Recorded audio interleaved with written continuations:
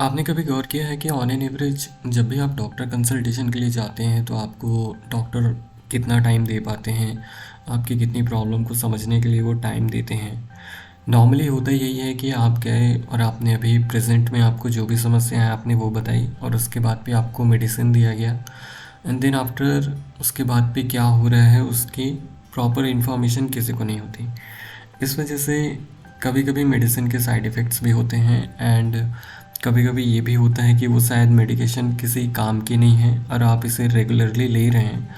तो इसलिए बहुत ज़रूरी है कि मॉनिटरिंग करना पोस्ट मेडिकेशन के बाद वो बहुत ज़रूरी होता है। डॉक्टर्स डीप काउंसलिंग नहीं कर सकते क्योंकि उनके पास नंबर ऑफ़ पेशेंट्स बहुत ज़्यादा हैं, एंड अगर कम भी हैं तो वो अभी उतना प्रैक्टिस में अब रहा नहीं। तो that is the basic reason कि हम जो काउंसलिंग करते हैं पेशेंट्स की डीप इंफॉर्मेशन को जानने के लिए, डिसीज़ेस किस तरीके से ट्रिगर हुई हैं, किस वजह से वो डिसीज़ सेकेंड स्टेज में आया हुआ है, और आने वाले टाइम पे क्या पॉसिबिलिटीज़ हैं कि वो कोई सेकेंडरी कॉम्प्लिकेशन में डेवलप हो जाए। और ऐसा अक्सर डायबिटिक पेशेंट, ब्लड प्रेशर जैसे हम हाइपरटेंसिव और हार्ट इश्यूज पेशेंट में नॉर्मली होता है।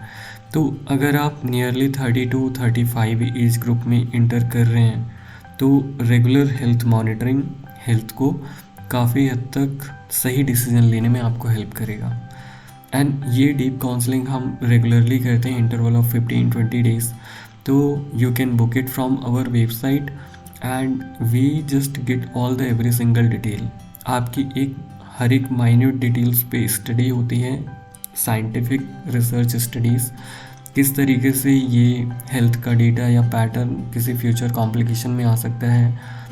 और सबसे ज़्यादा ज़रूरी बात, हम जो मेडिकेशन ले रहे हैं ब्लड प्रेशर या ब्लड शुगर को कंट्रोल करने के लिए, वो हमारी बॉडी पे कितना रिस्पॉन्स कर रही हैं। अगर वो रिस्पॉन्स नहीं कर रही हैं तो अगर उसे हम कंटिन्यू ले रहे हैं तो वो लॉन्ग रन पे काफ़ी हद तक हमें साइड इफ़ेक्ट और काफ़ी ज़्यादा डैमेज क्रिएट करेंगी। लीवर किडनी स्पेन का मेजरली इम्पैक्ट होता ही है।